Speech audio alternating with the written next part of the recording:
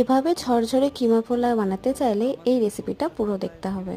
তো আমি এখানে প্রথমে খাসির মাংসের কিমাটাকে আদা, তেল ও তেজপাতা দিয়ে সেদ্ধ করে নিয়েছিলাম। এখানে নিয়েছিলাম কাজু, পেঁয়াজ, রসুন, আদার বাটা, আগে থেকে ভিজিয়ে রাখা দেরাদুন চাল, ধনেপাতা কুচি। পেঁয়াজটা ঘিতে ভেজে নিয়েছিলাম লাল লাল করে, তার মধ্যে তাতে দিয়ে দিয়েছিলাম গরম মশলা।